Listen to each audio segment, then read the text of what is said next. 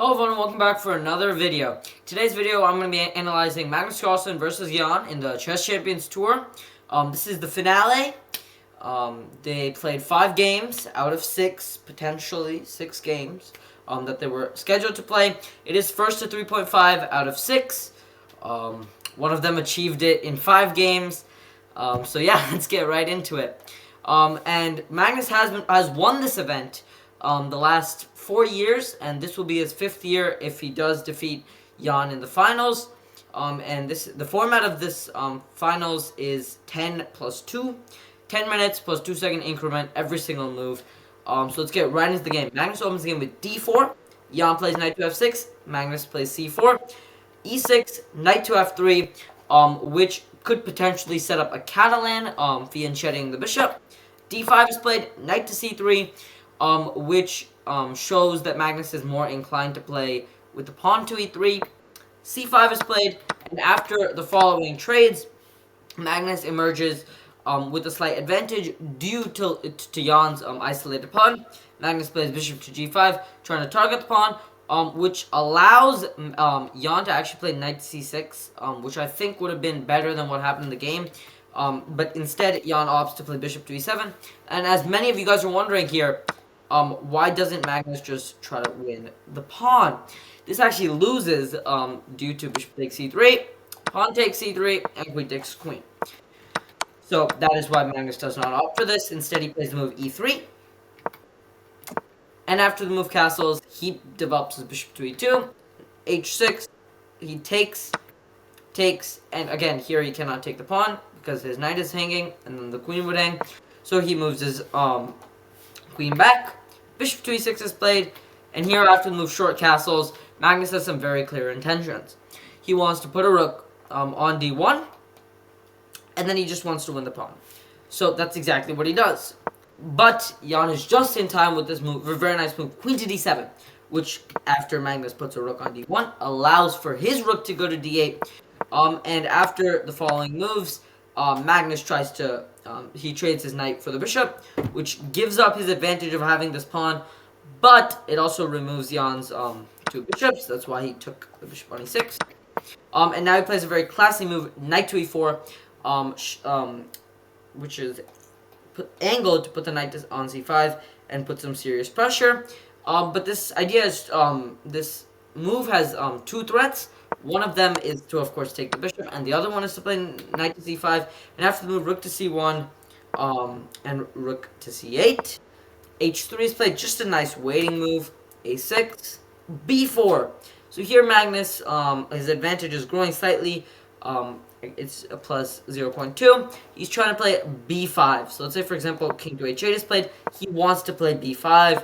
Of course, after the trade, he wants to continue dealing pressure on this knight and potentially open up an outside pass pawn.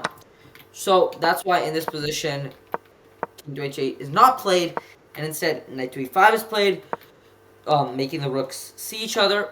Queen to d4, immediately pinning the knight to the queen. It's not exactly a pin, but the idea is like if knight to g6 is played, and here you would take the queen. So knight to d7 is played, bishop to g4, and here I'm just going to fast forward a little bit, because nothing really happens, they're just maneuvering a little bit. Okay, and here we get to the fun stuff. Magnus has just taken with the bishop, and Jan took back, and Magnus sacks his queen. The idea obviously being if rook takes d2. Okay, that would have been bad. Rook takes d2 is check would have happened, and after the king moves, you just simply take. This is not checkmate from the queen. The king has the h2 square, and Magnus would go on to win this. So instead, Jan throws the insane move, rook to e8, rook to a8, which, okay, this is really, really insane, because it does nothing. So here, actually, sorry, yeah, wait. Yeah, sorry, I had to adjust my camera. So here, actually, the winning move would have been queen takes f2 check, which is just brilliant. There. like the sign is right there, just to show you guys. And after the king would have taken back, rook takes d2, the trade, and this would have been a mutual results to both sides. A draw would have been pretty okay. But here instead, Jan blunders, and of course, if we were taking with the queen, you take both rooks. So here Jan blunders, plays the move rook to a8, and after the move rook to a4, Magnus is bullying. Rook takes a4 is played, and after the trade, Magnus emerges up a pawn in this endgame. It's 4-on-3, and this is, I think, like by table base, this is a draw. Like with perfect play from both sides, the game is a draw. Rook to b5, and here I'm just gonna fast forward because there's no real like technique here. Okay, now it's 3-on-2. More. And here, after the king 3-7, Magnus gets a small advantage with the 3-on-0. Rook to a5 is played, and here finally, Jan just succumbs. He cannot handle this with the low time, and eventually gets down to queen and rook, and there. Magnus wins, as if you move your rook somewhere, simply gonna lose the queen, the checkmate, and if you, I don't know, like there's not much else to do, really. So the computer does say mate in 2, because if after something like this, you just take the king to h8 and check. So that is it for the first game, guys. See you guys in a few seconds for the second game. So in the second game, nothing much happened. I mean, Magnus did win, but I did not want to show it, but instead I showed you guys the third game, which I think is way more interesting, and it starts with e4, c5. Again, Magnus has white. He did win with black in that game, so this is the Alpine Sicilian. e5, knight to d5. I play the Alpine. I play this line actually after knight to f3 and d4, and after the trade and bishop to c4 and bishop to b3. Here, this is actually a pawn sacrifice after the pawn takes on c3. The knight takes. This is a very, very well-known pawn sacrifice, and it is better for white. That has been established by the engine. So that's why Jan takes his foot off the gas, plays like this, which does actually like allow a lot of a lot of play actually for the white pieces. d6 is played, the trade happens, and now Magnus gets rid of his isolated pawn that was being targeted. Sorry, not gets rid, he just pushes it forward. Attacks the bishop, rook to e1, and voluntarily gives up his bishop. And now his knight is under attack. Bishop to g5 is played, which has the idea of if you take, bishop takes e7 would have been played. So instead, rook to e8 is played, simply defending the pawn. And after rook to d1, the trade, queen to d7, knight to e4. Magnus is a little bit worse, simply because his kingside pawn structure is absolutely ruined. 6, bishop to e3, queen to h3, bishop to f4, knight to d7, d6, knight to e5, bishop to g3, rook to d8, and if I just fast forward a little bit, here is a very critical moment in the game because Jan is slightly better. And now why is Jan slightly better? He is gonna crash through on the king side, and he does exactly this. He moves back his knight, b4 is played, Magnus desperately trying for some counterplay, rook to e6, and just a small thing to note, the score in the match currently is 2-0. So Jan desperately needs a win if he wants to do anything, if he wants any chances of winning. Knight to c5 is played, which again, like very classy with Magnus with the knights. Of course, the idea is if you trade, you can't actually take my knight because your rook would be hanging. So instead, so that's exactly what happens. And king to h7 is played. Knight to e4. Again, Magnus just like he doesn't really know what he's doing here. He's just desperately trying to defend himself. King to g1. Jan is trying to break through. Puts his rook on e6, and here queen to h5 is played, which is given a mistake by the engine. And here Magnus pounces with the move rook to d2, which simply disallows any counterplay. I know the engine is saying that it has some counterplay, but like for example, if you play queen to f3, that just hangs a queen, right? So it's very difficult. Instead, here Jan plays queen to g4. f3 is played. Again, just absolute brilliancy. Again, if you take knight to f6, queen to h3 is played. Bishop to f2. Again, same thing if you take. And here knight to e7 is played. Queen to d3. Queen to f5. Knight takes d6. Queen takes f4. And here, for a split second, Jan is winning again. But if I fast forward a little bit more, he loses this advantage. Something insane happens. This entire game, Jan has been pushing, pushing, pushing.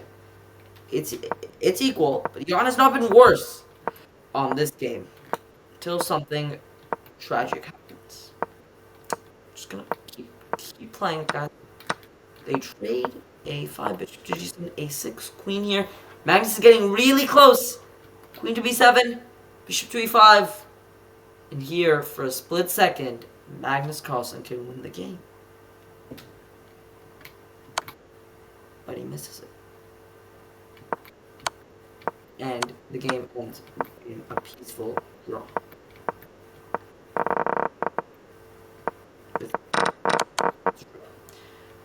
Which actually, just a small thing to point out, this position is a draw because whatever happens, the knight can just keep going in, on these 4 squares, basically. Right? It just keeps prodding, and then whatever you do, and so you're here, just again, because you can't push, right? And then, like, this, for example, just go here. Let's say, for example, king to c3 is played, knight to a3, and now king to b2. Just keep going back and forth. So that's why this game is actually a draw. Tragic to see Jan. He almost lost this game. He was winning for like all of it, and it just got away from him at the last second there. And yeah, so hello guys, this is the last game of Magnus Carlsen versus Jan Palmach's match. It's a little bit of a spoiler, but the match ended after this game. Magnus is leading 3-1. It's first to 3.5. And the winner of this match will get $200,000. So that's like a lot. So yeah. Anyway, Magnus opens the game with d4, e6, e4, d5. The French defense. Jan has to win these next 2 games to have any shot, and a draw will secure Magnus winning this match. Knight to f6, e5. This is very common. Knight to e2 with the idea to potentially play f4, knight to f3, and play g4, f5. I've done this multiple times myself. c5, c3, knight to f6, a3, a5, knight to f3, not going for this f4 idea. a4 is played, just taking more space. I am trying to run through this relatively quickly, because I do want to keep this recap as short as it can be. Queen to a5 is played, bishop to d2, queen to b6, rook to b1, just maybe setting up a future b4. Bishop to e7 is played, bishop to e3, trying to get this like knight potentially out of here to like g3 to then obviously castle the king.